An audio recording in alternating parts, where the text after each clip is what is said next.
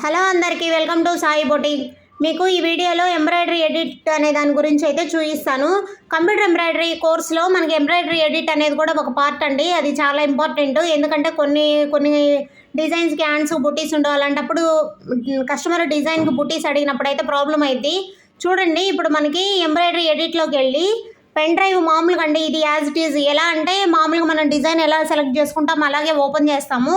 కానీ ఎంబ్రాయిడరీ ఎడిట్లోకి వెళ్ళిన తర్వాత కింద ఆప్షన్స్ అనేది అయితే చాలా వస్తాయి. ఇప్పుడు చూడండి, మీరు ఇదైతే పెన్ డ్రైవ్ ఓపెన్ చేయగానే ఫోల్డర్స్ ఓపెన్ అయ్యాయి కదా. ఇప్పుడు నేను వర్క్ ఎగ్జాంపుల్కి చూపిస్తున్నాను.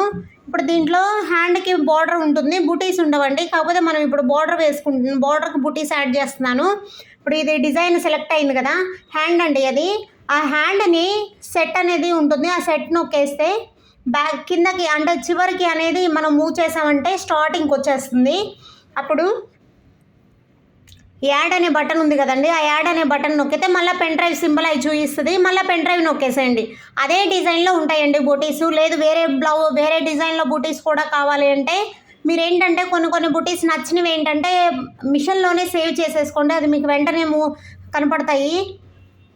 ఇప్పుడు దీంట్లోనే బూటీ ఉంది కదా, ఆ డిజైన్లోనే చిన్న బూటీ ఉంటుందండి. ఆ బూటీనే మనం ఎడిట్ చేసుకోవచ్చు. ఇప్పుడు సెట్ నొక్కేసి మరలా బూటీ సెలెక్ట్ అయిన తర్వాత సెట్ నొక్కేసేయండి. ఆ సెట్ బూటీ వచ్చేసింది కదా, ఆ స్క్రీన్ మీద వచ్చింది చూడండి, గమనించండి. ఆ స్క్రీన్ మీద వచ్చిన తర్వాత అవి మొత్తం ఫిల్ చేసుకోవాలన్నమాట. అది ఎలా అంటే ఇక్కడ డబుల్ పేజ్ అనేది సింబల్ చూపిస్తుంది. ఆ సింబల్ నొక్కగానే అది మళ్ళీ డబుల్ అయిపోతుంది. చూస్తున్నారు కదా, ఇది మళ్ళీ ఇంకొకటి కూడా నొక్కాను, నేను ముందే నొక్కి పెట్టేశాను, అందుకని ఇది మూవ్ అయింది. ఇప్పుడు మళ్ళీ సేమ్ యాజ్ ఇట్ ఈజ్ అండి, అదే పేజ్ సింబల్ నొక్కితే మళ్ళీ డబుల్ అయిపోతుంది. ఆ స్క్రీన్ మీద బూటీ అనేది మీరు ఏదైతే సెలెక్ట్ చేసి నొక్కుతారో అది డబుల్ అయిపోతుంది అనమాట. మళ్ళీ కూడా అంతే, సేమ్ యాజ్ ఇట్ ఈజ్ అండి, ఇలాగే ఉంటుంది. తర్వాత మీకు మొత్తం చూడండి, ఇది ఎలాగే బుటీసు మనం ఆ సెట్ చేసుకునేది ఒక లైన్ లాగా సెట్ చేసుకోండి. మీకు నీట్గా వేసినా కానీ స్టిచ్చింగ్ అనేది నీట్గా కనపడుతుంది.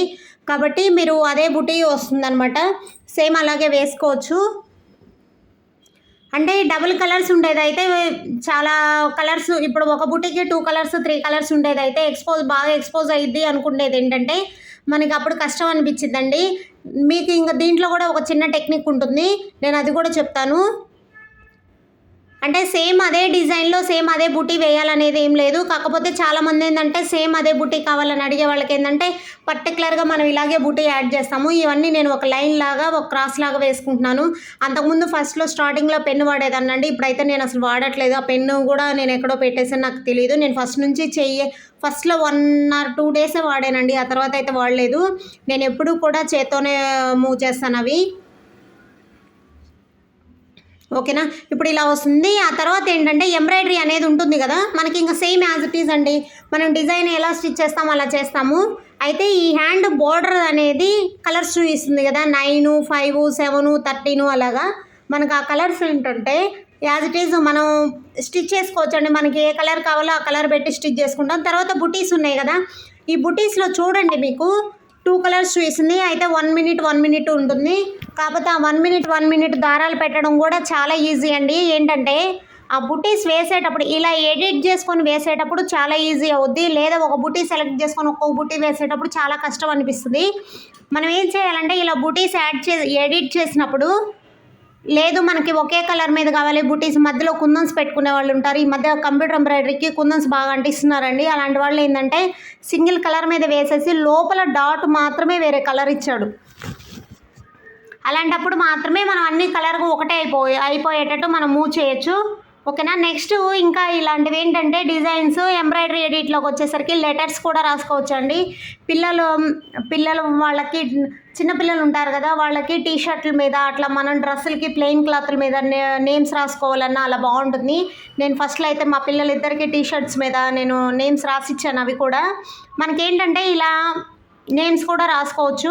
ఇవి కూడా ఎడిట్ అయినండి. ఇది 2 లెటర్స్ ఉంటాయి కదా, సేమ్ అదే ప్రాసెస్. మీరు ఫస్ట్ స్టార్టింగ్లో ఎడిట్ చేసేటప్పుడు చిన్న లెటర్స్ ఎడిట్ చేసుకోవడం నేర్చుకోండి, ఆటోమేటిక్గా ఈజీగా వచ్చేస్తుంది. ఇప్పుడు నేను ఎంఏ యాడ్ చేస్తున్నాను, దాన్ని మూవ్ చేయొచ్చండి. సైజ్ పెంచేసుకొని సైజ్ తగ్గించేసాను నేను. ఇక్కడ చూడండి రొటేట్ ఉంది కదా, రొటేట్ పెడితే మనకి ఏ స్టైల్లో కావాలో ఆ స్టైల్కి వస్తుంది, ఏ సైడ్కి కావాలో ఆ సైడ్కి వచ్చేస్తుంది. ఇప్పుడు చూడండి కరెక్ట్గా వచ్చింది కదండి. ఇప్పుడు ఆ తర్వాత ఆటోమేటిక్గా ఎంబ్రాయిడరీ నొక్కేసి పెట్టేసామంటే మామూలుగా స్టిచ్ చేస్తుంది. మనకి ఎన్ని కలర్స్ ఉన్నాయో అన్ని కలర్స్ మీద స్టిచ్ చేయొచ్చు.